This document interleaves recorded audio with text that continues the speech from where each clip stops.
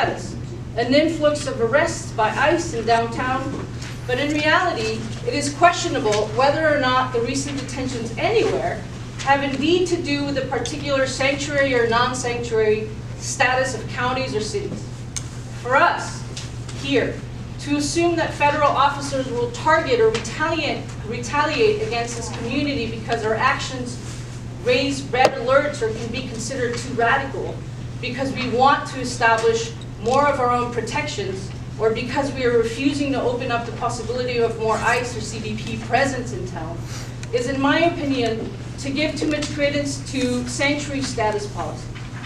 More worrisome to me is that it looks very much like decision-making by a few, maybe just a bit more than a handful of people. When we began to look at this issue back at the end of the last year and engage with the legislature about the problems of having a huge CBP facility constructed here, I insisted in several emails with those whom I was in contact with, specifically asking to know more about the next steps. When was this specific facility going to be built? When was this MOU going to be signed between the county and the DHS or CBP? Surely there's a schedule to this construction of this customs facility. But I never received an answer. I'm not sure why. We feel very much in the dark about this. Just getting assurances from Airport Director Mike Hall and legislators that they would definitely not let ICE be part of this. Yet, we recently found out via reading for ourselves the environmental impact assessment, no one really told us, that right around the time that a group of us met with Mike Hall in early January 2019, there was a public comment period, and that it was open from January 2nd to February 2nd. I think it would have been important to put it on record there and anywhere else that there was a commitment, community concern, not contemplated in the reports of the EIA, that discuss the social impact of this expansion. We almost have to become magicians to understand when the public can give input and to know whether that input is taken seriously or dismissed, for instance, as fear-mongering. So a few facts that perhaps will help, and that we found out, but it's really only because we kind of dug for it. The information is not so accessible. The customs facility, the third or last phase of the project, itself will cost $5 million out of a total of $27.6 million. It is not for commercial international aviation, but to serve private businesses and charter flights. That is, for rich entrepreneurs or people who can afford charter flights with capacity of up to 20 people per jet.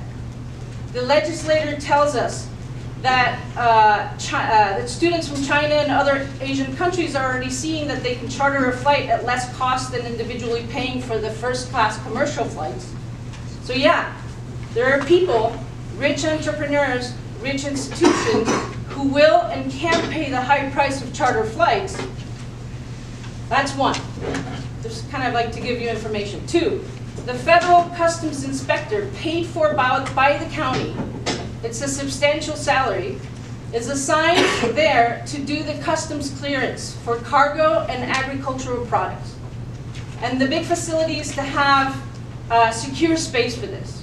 The hold room that will exist in the facility is for instances of detention of those who violate customs or etc. We also know that Global Cornell Initiative is a big beneficiary.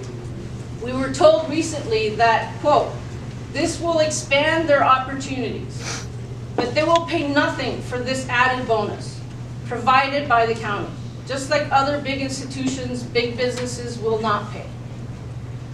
The airport director and legislators tell us that there's no chance that ICE will be part of it. Basically, in his words, because CBP and ICE do not even get along. How does Mike Hall know this? He specifically asked CBP officers he talked to and officials from other airports like in Green Bay, Wisconsin, who told him that ICE staff don't hang out there. Also, the facility is on a secure side of the airport property or fence. ICE cannot demand to get access, and if they do, the county and the airport will say no.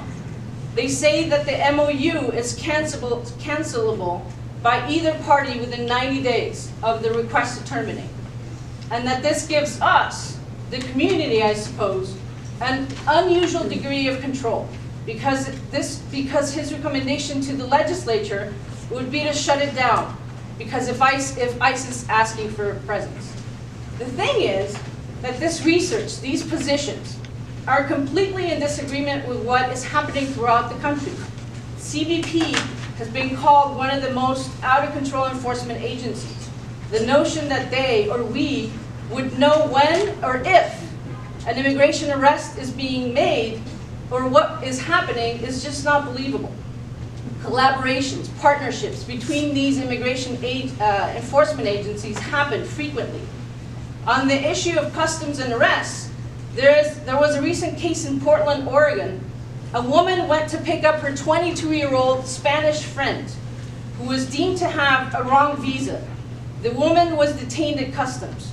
Her American friend went looking for her.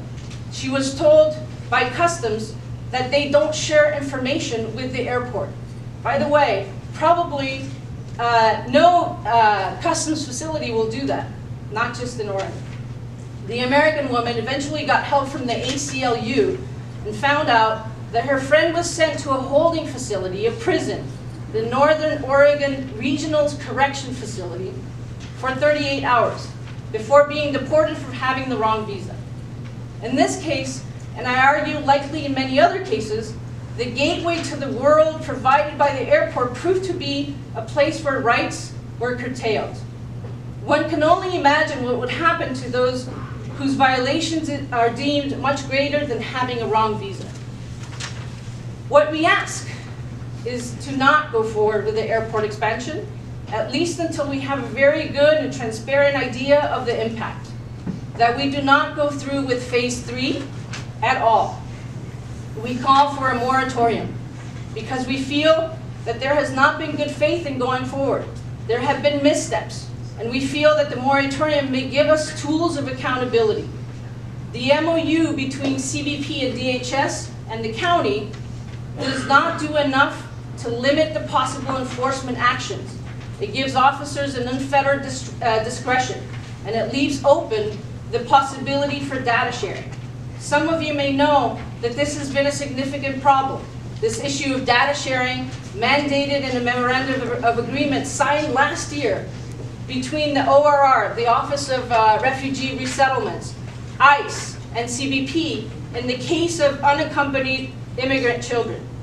That MOA stipulates that the ORR will also provide ICE with the name, date of birth, address, fingerprints, and any available documents or biographical information about not only the sponsor, but all adult members of the potential sponsor's household. Also, to get too caught up in the cost and benefit analysis, or in the discourse of being left behind as a region in what is supposedly an increasingly globally minded economy, is to accept a certain political and economic status quo. It is to openly and then critically invite yet another institution of law enforcement to our midst. I think this effort by us here to not go forward with this project is key. What we call for is that we not close the doors to more thinking around alternative governance, to collectively analyze, in this case of proposed economic development and any other proposals, the inextricable links between the struggles for economic justice and immigration justice and other struggles. There is an engine behind inequality, locally and globally, and we need to stop insisting on fueling that engine, where the few will benefit the most. Yes. Yes. Right. There is a significant environmental consequence with a strong impact to wildlife, to wetlands, to streams, and to 4,600 trees that will come down in the area of construction, not to speak of the carbon emissions issue. I will let others speak to more issues that are problems with this airport expansion, but first, we allot space for the legislators, many of whom are here. And so I call forward County Legislator Shauna Black. I think that she will read a statement by Representative Martha Robertson. Thank you.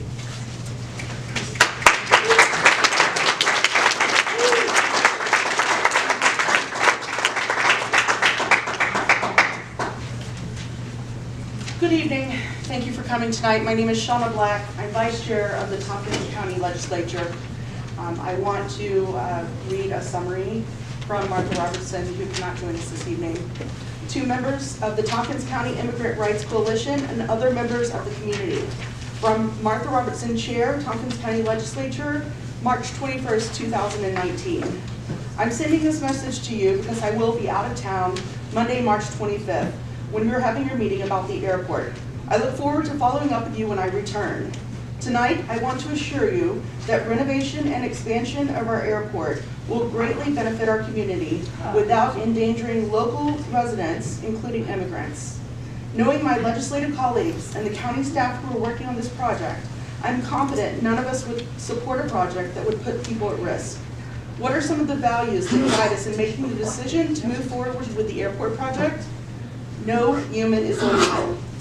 We recognize that almost all Americans came to our shores from somewhere else. We are dedicated to protecting all our residents and visitors, no matter where they come from or how long they've been here. In February 2017, we were the first county in New York State to pass a measure in response to President Trump's assault on immigrants in the U.S., our Public Safety for All resolution. We recently passed a resolution urging New York State to issue driver's licenses to undocumented individuals. We financially support services for immigrants, for example, at Catholic Charities and Tompkins Learning Partners, and in several county departments. We are part of a regional, national, and global community. We welcome visitors from all over the world to visit family and friends for tourism, to conduct business and do research, and to study and teach. For example, TC3 brings international students here from more than 50 countries and offers a growing program of study abroad options, creating a unique learning environment for all. Tompkins County residents also travel by air for the same purposes, and they value the convenience of using our local airport. The airport helps us keep and create new jobs by helping our local entrepreneurs establish new markets and bringing investors here. Efficient transportation is essential for our high-tech industries to remain competitive. With no federal highway into Tompkins County, our airport is essentially